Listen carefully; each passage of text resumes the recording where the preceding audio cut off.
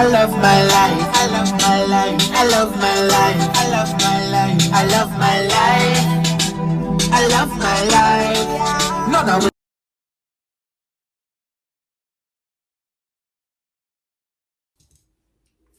Hey guys, it's your girl Traveling RN Kimmy here, and in this video I want to talk to you guys about all the things I do not miss from working in the ER. Now, if you don't already know, I am officially a Nicu nurse. I work with the little babies. It's Nicu's the ICU for babies. I absolutely love it. I've been working there for about a month now, and I thank God for the change because I've been wanting this.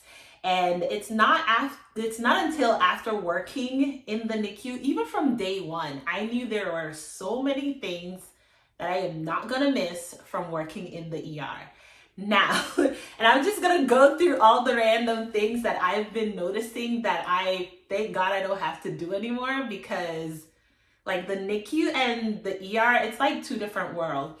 Now, if you've worked in the ER, you know that there are so many different things that come through the ER. There's literally anything can walk through the ER. Traumas, random simple things. Babies come through the ER too, but they're not NICU babies. So let's start with the first thing that I am not going to miss from working in the ER.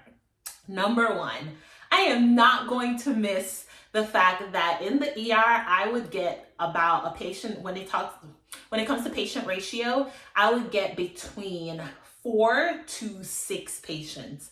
And that's regardless of where I'm working. Now, when I worked in Pennsylvania, and that was specifically in State College, Pennsylvania, and in California, because California have they have labor laws. So because they have labor laws, they do not get more than 4 patients in the ER. Now, every department is different. Obviously, I'm going to be talking to you about the ER because I've worked in the ER for 4 years now. So patient ratio, in the ER, I would get 4 to 6 patients. In the NICU, I will not get more than 3 patients. Will not get more than 3 patients. Every single day that I have worked in the NICU, I've only gotten 2 patients. That doesn't mean that you don't get 3. Now, if there was like a new admit and you already started your shift with 2 babies, then you could get 1 more new baby. But for what they do is, normally if you have a low acuity, I mean, it's the ICU for babies. So all the babies are high acuity, but let's say 2 of your babies are on room air. If 2 of your babies are on room air, they'll put you on like first or second admit, and then you'll get whatever baby, regardless of whatever comes with that baby. But what I absolutely love about working in the NICU is that anytime you get a new patient, everybody comes in and team in, and they take over your old babies. Like, that just blows my mind, because if you don't know, when you work in the ER, if I get a trauma, if I get like a stroke patient, if I get a patient on respiratory distress, nobody takes over your patient load. You still have the 4+ patients that you already had, and then you get a new patient. And I've worked in hospitals where you don't have techs. So that's something that is just like, I love my patient to nurse ratio. It's absolutely mind-blowing. I love it. Another thing that I'm absolutely like enjoying is the fact that physically, my body, as far as my body goes, the NICU, the workload is not like the ER. I'm not lifting a patient that is over 100 pounds. All my babies weigh like, I think the most that I've seen so far is a baby that weighed 10 pounds. And the reason that baby, because even though so a lot of people think that NICU babies are the babies that are born early, but they're actually also babies that are born too big, because most of the time they have like hypoglycemia, because their body was producing so much insulin. So now that they're out of their mom, their body is still producing that insulin, so it's dropping their sugar too quickly. So we get like those super big babies and then the super small babies. but those babies aren't more than like 10 pounds. And I haven't even had a 10-pound baby. But my point is, I'm not picking up a 100-pound person. Like, my back is thanking me. My back is thanking me, guys. Another thing that I've noticed that I don't need to do anymore when it comes to working in the NICU compared to the ER is that I don't ever have to look for the ER doctor. I don't ever have to deal with family member patients or whoever asking me, what's my results? When is the doctor gonna come see me? Like, all that on extraness that, I'm no offense, because if I was a patient, I would be extra angry because I know the system. But at the same time, like, I don't have to deal with that anymore. The parents only come at certain time during the day for the most part. We have you parents in the NICU. The one thing that is similar with the ER and the NICU is that we have visiting hours 24/7. There's no, you can't come in. Now, the difference is the patient population and the family population. So when you think about it, when you're in the ER, anybody really shows up with the patients, to be honest, anybody. But in the NICU, normally 90% of the time, it's going to be mom and dad. Mom normally comes if she can. If she's been discharged, then most of the time I see them come like almost every day or every other day. And they come for a few hours, they hold the baby, interact with the baby, and then they leave. And then I do have that come with the same thing with the dads. They come, interact with the baby, and then they leave. So the amount of time that it takes, and the parents in the NICU are so much more understanding than family members in the ER. I think it's because they understand that we're not I literally answer any question I can answer. If you ask me, and most of the time it's not even labs, because we really don't do that many labs on babies.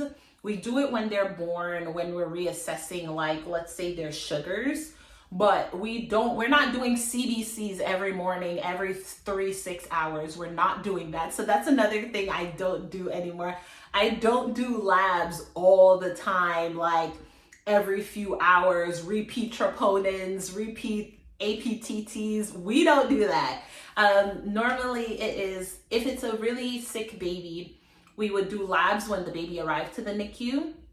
And if it's something, then they'll probably repeat for maybe like 3 more, just to make sure that it's going in the right trend. Once it reaches there, we aren't doing it for like every 3 days or something like that, if we're even repeating it like that because they're concerned. But we aren't repeating labs all the time. We don't do that. Another thing that I have been looking forward to that I absolutely love about the NICU compared to the ER is the fact that I get to actually like really be involved in patient care.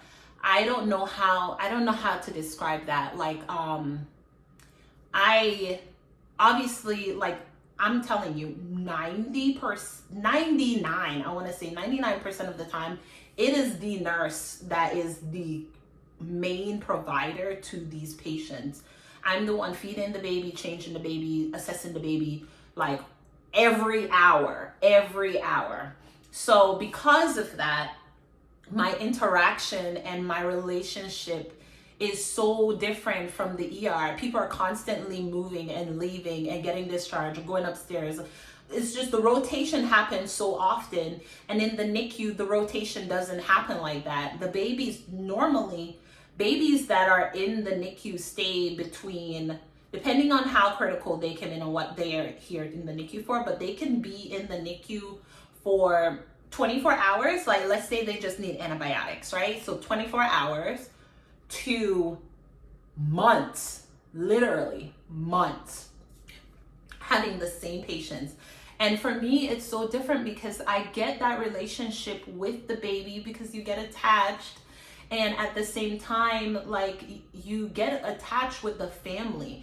I remember my first, I I had posted a picture and a gift that one of the family members had given me as a gift for taking care of their baby, and I genuinely, and I'm not joking, guys, I genuinely wanted to cry because I was gonna miss the baby because she was so adorable, and the mother was just so understanding about everything that was going on. She was appreciative. She communicated when it needed to be done. Like the relationship you have with the family in the NICU is not what you have in the ER. Because obviously, like I just said, people are just constantly moving in and out of the ER, and you're not really gaining a relationship unless it's like a boarder. Like those patients are stuck there, not on purpose. They're stuck there because there's no bed upstairs. So that's another thing. Like, I love the fact that I don't have boarders, and yes, I'm had the same baby over and over and over again. It's, in a sense, it's kind of like bordering, but it's not, because you're not wondering, when is my baby gonna get a room? When is my baby gonna get a bed? When are they going to do this? When is the change gonna happen? You don't have to worry about that when it comes to the NICU. They immediately get a bed. So it's like, you know where they're going to be. You can communicate that with the family. You don't have to do this back and forth and wondering when it comes to the baby is being placed in a specific area, where you can take care of them and not have to wonder when they're going to move to another section or when things are going to get done. It's just so different. Another thing that I absolutely love is the teamwork that comes with being in the NICU. Now, I have worked in ERs where I had great teamwork. Arizona, when I worked in Arizona, I loved it so much. Honestly, the teamwork was spectacular. I genuinely loved it so much that, as you know, I continued to work there an additional 3 months. I was in Arizona for 6 months straight. I would have stayed for a whole year, if not moved there, if it was my choice. But I wanted to go to California, so I ended up going to California. But I love the teamwork in the NICU, because I don't need to ask for help. It's common sense. I have a baby. We all know the babies in the ICU. Sorry. The babies in the NICU, they are sick. Like, you can't do it on your own, especially when it comes to those babies who have who are breathing down, so their heart rates are going down, their respirations are going down, their oxygen saturation is going down. I need help. And the fact that I don't need to ask for help, we are all literally listening out for monitors. We're listening out for pumps. I never have to wonder, oh, if I step out for a moment and come back, oh my God, am I gonna find my baby like in a worse situation than when I left? I never have to worry about that, because everyone is listening out for another baby. Like, it's not about the nurse, it's about the patient. And I love that so much, because I feel safe in my job. I feel like everyone cares. And that's another thing, like the personality, and I've never said this, every shift that I've ever worked, day shift and night shift, has always been different. We all know it's always been different. Night shift is very chill. Most of the time they work better, I personally think, because I've always worked on night shift. But I feel like night shift teamwork is different from day shift, because they're used to being short-staffed. In the NICU, everybody is all about teamwork. Day shift, night shift, it don't matter, because like I just said, we're all listening out for monitors. We're all listening out for pumps. It don't matter if it's my baby. I'm gonna go see what's up, because you literally never know. We all have 2 to 3 babies that are sick. Like, these parents are depending on us to keep their baby safe. So because of that, I appreciate that it's not one person that have to work about Tom who don't want to do his job. No, every single body is on the same page, and I love that so much. It's unbelievable. So another thing on that note that I absolutely love about working in the NICU is you always get a lunch break. They are so, it's so funny to me how serious they are about you taking breaks. So at my job, you always get a 30-minute break, like period. Always, every single, and it's not just like, this is not the doctor, this is not the charge nurse that's like, oh, make sure you take your lunch break, kind of thing. This is other nurses looking out for each other. So literally, like randomly, someone would be like, hey Maria, what time do you want to go to lunch?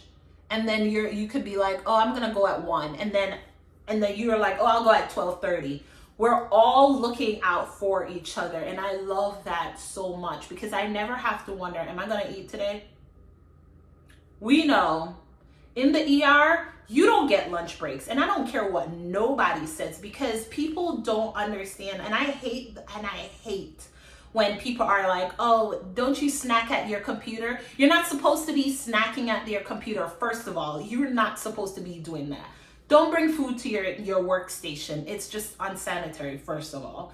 And then second of all, the fact that you're supposed to be having a 30-minute uninterrupted break. You're supposed to get that mental break, fuel your body, and then go back to work. I don't get that in the ER.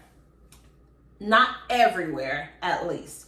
I have gotten, when I worked in Pennsylvania and in California, always got a break, because those 2 states that I worked at, it was because they actually had nurses assigned for breaks. So I appreciated that so much. But like I said, 70% of everywhere else I worked, if you're working in the ER, you better, everybody's snacking, honestly. For the most part, you don't get like an actual lunch break. You're just snacking randomly wherever you can. And I used to tell people that I'm intermittent fasting, because that's pretty much what you're doing. You never get a break. So, and I was so used to that. And even in Arizona, the state that I loved working in, I got a lunch break maybe 3 or 4 times during the 6 months that I was there.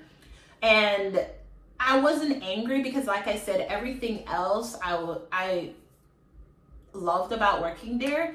And I was so used to not getting a lunch break that it wasn't a big deal. And that is so annoying to me, because these things become a norm when they're not supposed to be a norm. Like, we shouldn't have to settle for not eating for 12 hours. 12 hours. It's ridiculous. It's literally ridiculous. So I love my lunch breaks. I love my little mental breaks. And it's not just that. At my hospital, they also allow us to do 2 15s with the 30 minutes. So technically, I'm getting an hour break. So I thank God for that. This has been so different for me. It's just wild. It's literally just wild.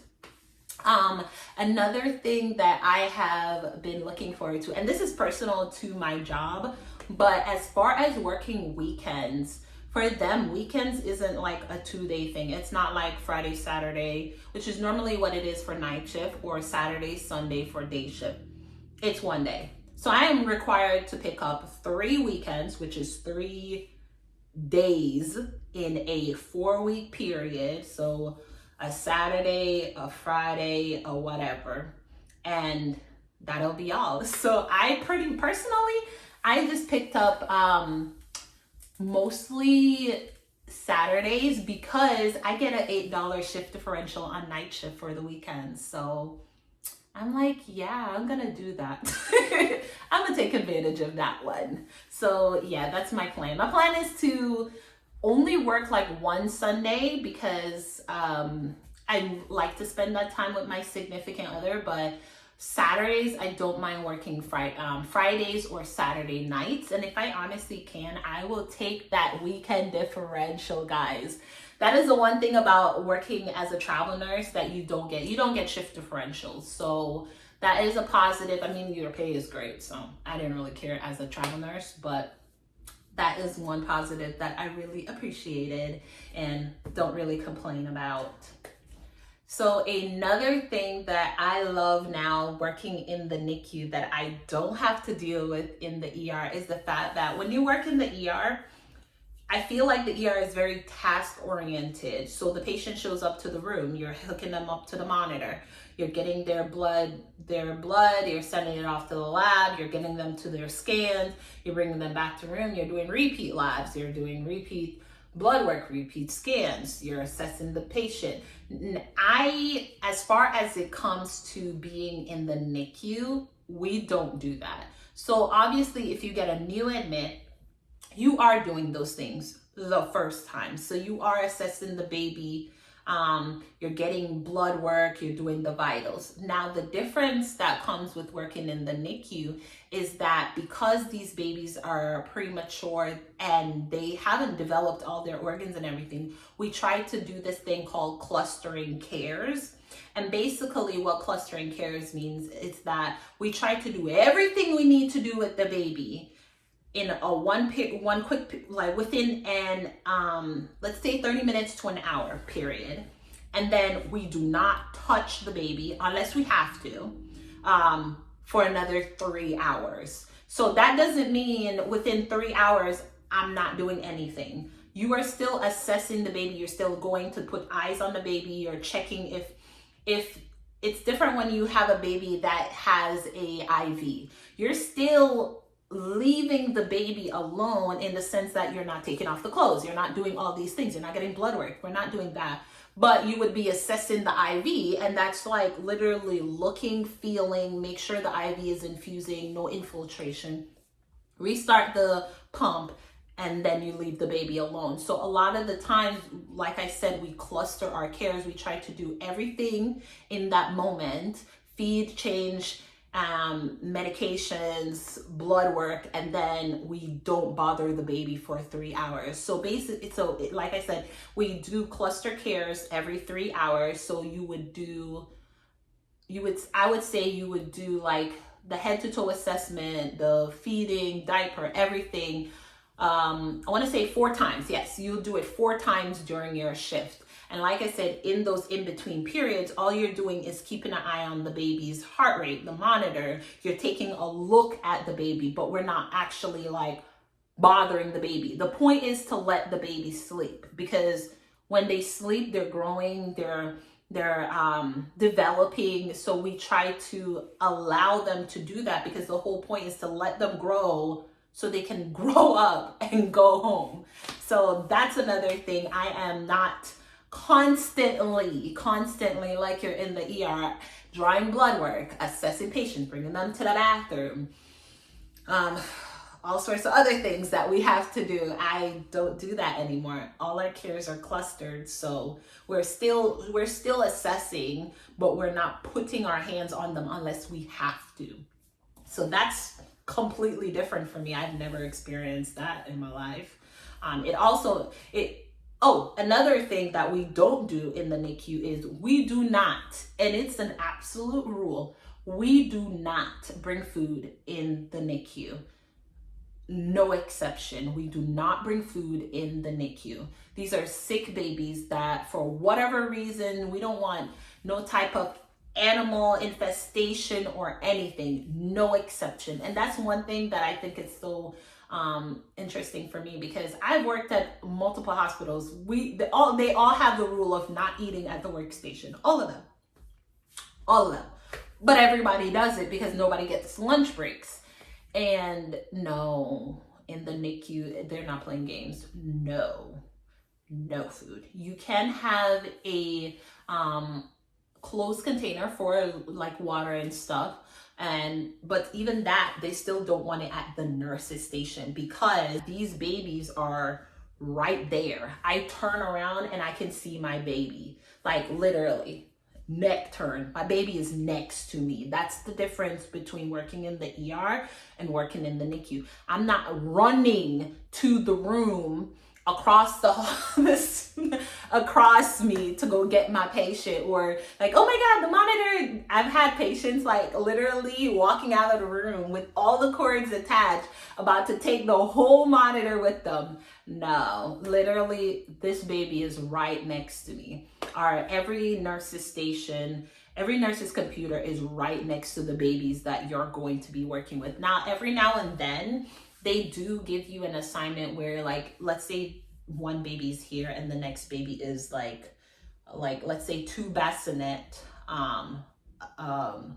next to it, but like I said, you still can turn around and I can look at the monitor for my baby. And that's another thing. I don't know if it's particular to this NICU, but I can pull up the monitor for another patient onto the monitor for another patient. I don't know if that makes sense, but literally I could have a monitor with my vitals, and then I can pull up, and then it creates like two windows where you have this baby and another baby, both vitals up. So that's super nice because I can see what my vitals are for both of them, even though I'm not like in front of them. So I think that's super awesome. I've never experienced that anywhere else. Literally, the only time you can see the monitor is if there's a big one, it's specific to one patient at a time. So that's different. I'm learning to adapt to with working in the NICU is the fact that when it comes to patients that are on ventilators, that are on bubble CPAP, that are on high flow nasal cannulas, that are on any type of oxygen machine, period. When I was working in the ER, you would not touch it. Like, you would not touch this machine. If it was beeping, you could silence it. If it was beeping, you would just call the respiratory therapist. They'll come, like, do what they need to do to get it done and then keep it moving. In the NICU, guys, the nurses are the one titrating the oxygen down. Like, that just like was so new to me. I was like, oh God, this is different. Like, shoot, I can't believe I'm doing this. But I actually know what these machines, like the different things on the machine, I actually know what they mean. I know what the PIP, the PEEP, the eye time, like, I was like, oh my God. And you know what? And I assume that when you work in the ICU, it's pretty much similar because I feel like they would know in the ICU the different settings.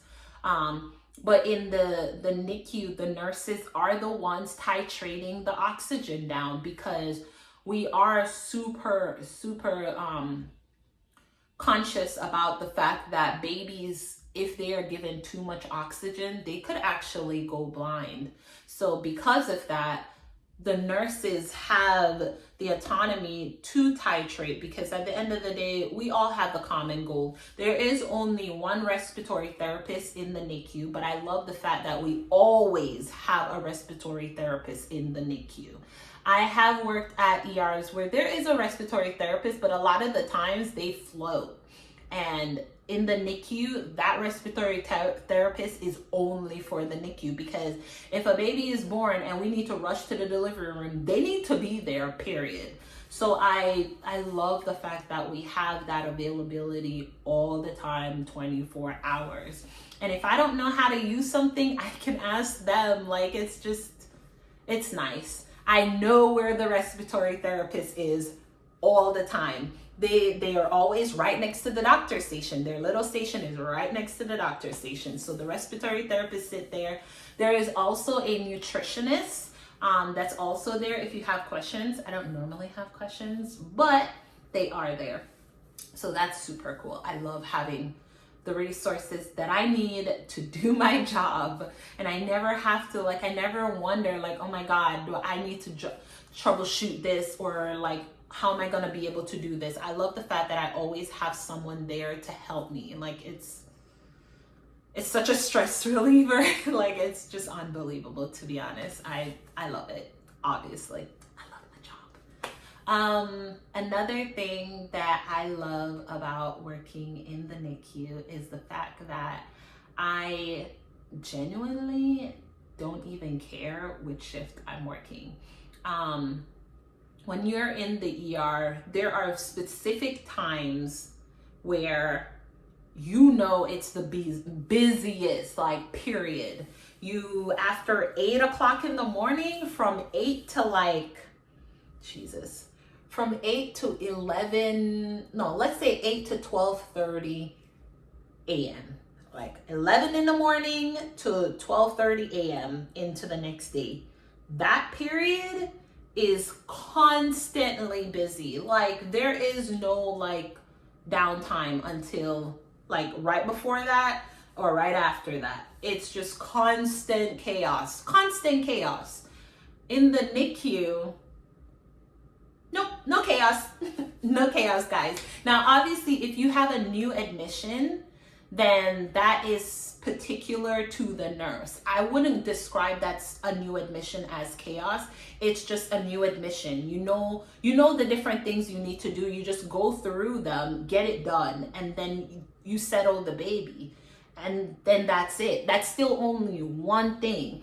But in the ER, it is constantly chaos. Like you literally don't know what is going on. Things is happening all over. And it's like, yeah, no chaos in the NICU. That's all I'm saying. I just love the structure, the calm, the quiet, because it's NICU. These babies need to sleep and grow. So the loudness and everything, no, we don't have it there. The chaos, like I said, the chaos that is in the ER, you do not have it in the NICU. It's calm.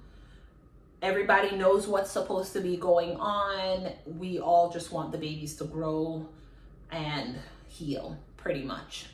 All that chaos, it don't happen.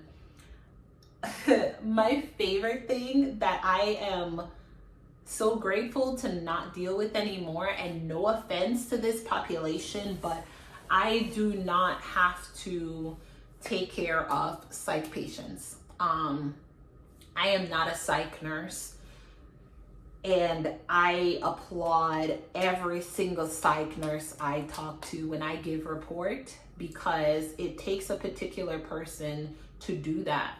But psych patients still come to the ER, and then you have to take care of them for them to be evaluated and reassessed, and then they decide where they're gonna go. I will never have to deal with a patient threatening to kill me, ever. I can't say I'm gonna miss that. I'm not gonna miss it. Not gonna miss it. So yeah, I don't ever have to deal with the patient shitting on the floor. I don't have to deal with the patient punching, kicking, spitting. I don't have to do it. I don't. I did hear a story about a mom who did get banned from the NICU, but she wasn't physical. It was just, she was verbally abusive to the staff, is what I was told. Never met her, but like I said, I personally don't have to feel attacked all the damn time. The ER is not a closed unit. Anybody can walk in and do whatever they want, and then we deal with the repercussions. The NICU is a closed unit. You will not get through that door unless you are badged in. It's not happening. And there's 2 doors to get in. You got a badge. So I love it. I love it. I love the fact that I don't feel like my life is threatened. And it's not all the time. Like, I don't always have these situations, and not all psych patients are violent. That's not the case.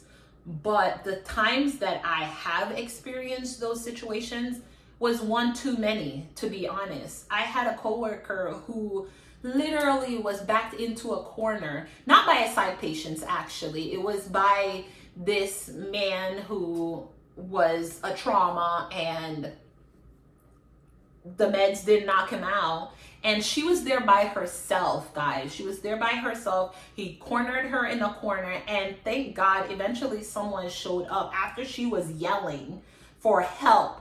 I never have to do that. Now, if I'm yelling for help, first of all, I should never yell that loud for help, because people are always around, right? But it's because the baby is deteriorating, not because somebody is attacking me. Like, I literally don't have to worry about my life. So I thank God for that.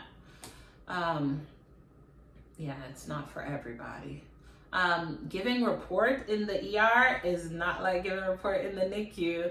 Giving report in the NICU is like giving report to an ICU nurse. It is pretty much the same thing. You are talking about head to toe what's going on with this baby, how the baby arrived, what's going on with the mom's history. That's another thing. Like, it's never just the baby. The mom's history, medical history is very important. So in a sense, like, I have to think about two patients. It's not one, it's two. So that's different for me, because normally in the ER, it's just the patient. Whoever the patient is, you get their medical history and do whatever in X, Y, and Z, and then you keep going. On that note, I never have to do a med list. Like, I never have to do med reconciliation ever again. As you know, obviously, these babies are just born and they're not on any meds. So whatever meds we give them is what's going to be in their medical record. But I never have to do a med requisition ever again. It's stupid, but I hate, if you're an ER nurse, you know. One of our least favorite things to do is med recs, because who has time for that? A lot of these patients are on like 30 meds and half of them don't even know how much milligram they're on. And a lot of them like to say, oh, I take this white pill for this thing. And I'm like, that doesn't help me.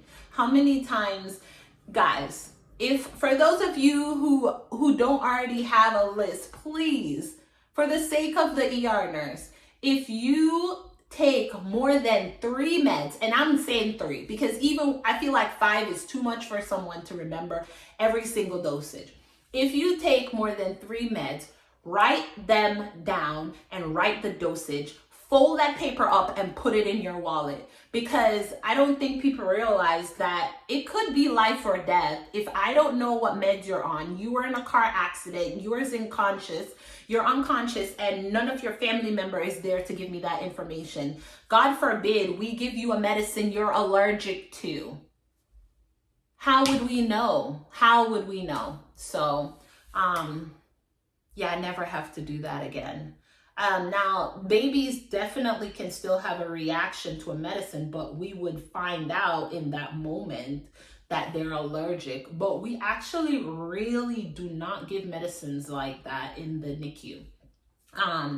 If it's a really critical baby, then they are going to be on like blood pressure medicine, probably going to be on sugar management. They might be getting continuous fluids, they might get antibiotics, those things, right? But I'll never give a baby in the NICU a pill, obviously. Any medicine they're getting is oral or through an IV, period. That's it. Oral liquid. I never have to wonder, and deal with a patient that's like, I can't swallow pills. You are 35-year-old. I can't swallow pills. Like, you knew, and I always tell my patients before I medicate them what I'm going to give them. You knew before I opened this thing that you couldn't swallow pills. You knew the moment the doctor told you that they're going to give you some Tylenol, you can't swallow pills. Please communicate that. Like, I don't know why it's so hard. There is liquid versions of a lot of meds. Like, people just don't communicate, and I never have to worry about that again. So I thank God. Now, another thing that that's the deal within the NICU that is not in the ER, which actually that's not true. I have worked in ERs where the techs can only do specific things, if even anything. Because if you don't already know, for those of you who assume that CNAs do everything, that is not true. Logically, that is not true. I had someone argue with me about how the CNA does everything, and I was like, in what world? Because, yeah, not my world. But anyways, I appreciate the CNAs that I do get and that are able to assist me with my patients every single time. I have never not said thank you, because that is one less task I have to put on my list to get done. So I appreciate the CNAs that I do get, but in the NICU, there are no CNAs. Like none whatsoever. The only person touching that baby is you and the doctor-ish. The doctor will come. I've had the doctors assess the baby when the baby gets there, but as far as going to reassess the baby over and over and over again, they don't do that. The nurse is the one doing that. The respiratory therapists now do go and, the respiratory therapists go and check up on the baby, obviously if they're on breathing treatments, but also we have speech therapy who goes and feed the baby to make sure they're swallowing and everything. And then we also have physical therapy that comes and do like little stretches with the baby. So that is something that I am getting used to that I never had in the ER. Now, we do have patients, obviously, that are in the ER that is getting physical therapy, that get speech therapy. And if they're getting speech therapy, they're having difficulty swallowing or it's a stroke. Or, and physical therapy is because they can't walk, period. For whatever reason, they can't walk. That never gets done in the ER, though. That always gets done outpatient or when they get transferred to another room. But we don't have people doing physical therapy in the ER. It don't happen. So that's something else that I am getting used to. But I think that's that's not it. But that's all the things that I wish to discuss with you guys, because I feel like some people don't, if you don't know, you don't know. And I feel like it's really nice to hear the difference, to know what to look forward to if you do decide to change your department. I personally didn't know these things. I never saw a video, watched anything to know what to expect when I go to the NICU. I didn't really know. So I wanted to share that with you guys. I am definitely going to continue to bring some information and some very valuable information. I will see you guys in the next video. Don't forget to like and subscribe. I read, I want to say 99% of my comments, so don't hesitate to comment. I try my bestest to respond. And I will see you guys in the next one. Have a wonderful and blessed day.